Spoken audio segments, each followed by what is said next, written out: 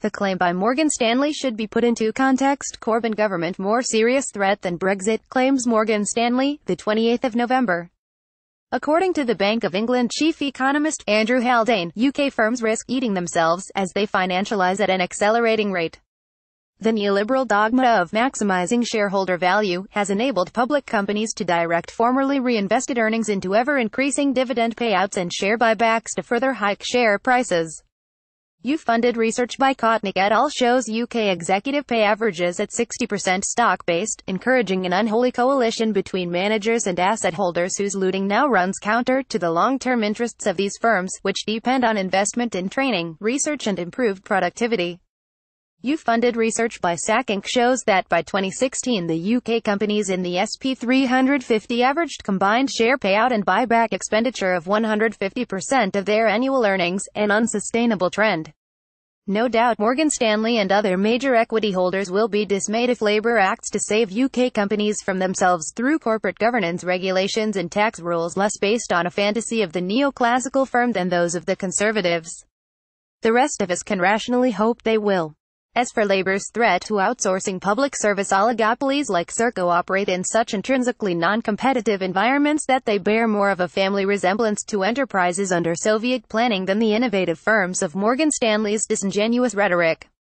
Dr. Abby Innes, European Institute, London School of Economics. I have to agree with Morgan Stanley that, for much of the past 30 years and more, a change of government ultimately had a relatively limited impact on the UK equity market.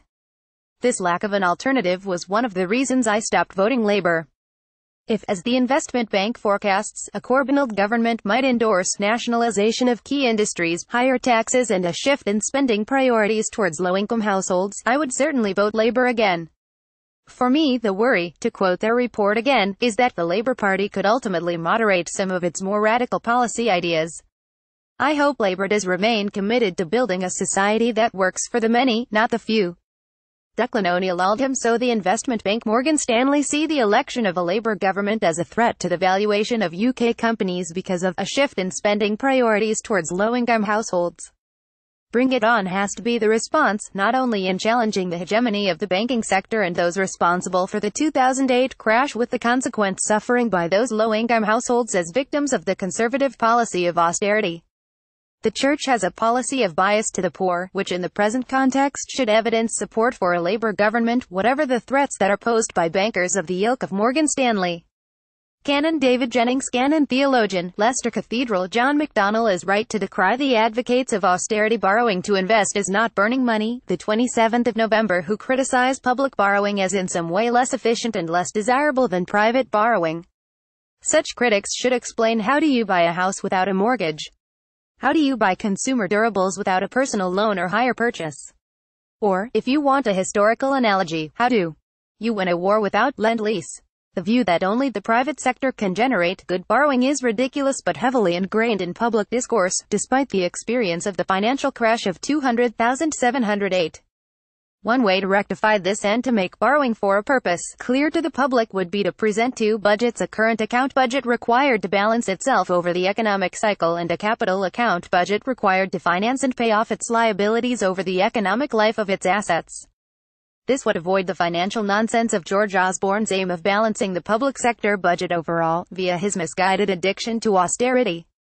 Capital account budgets always have deficits, that's why they exist. Current account budgets have to balance to maintain the solvency of any business. Public investment provides the motor for increased growth and productivity in the whole economy, public and private, to provide the surplus required to finance capital budgets and to provide growing living standards and more generous social support for those in need. Philip Robbins, Addingham, West Yorkshire. To his statement, the right creates a narrative that investment costs society rather than benefits it. John McDonnell could have added that the right also tries to promulgate the idea that taxation impoverishes individuals instead of benefiting us with services and facilities that we could not otherwise pay for or gain access to on a one-tune level.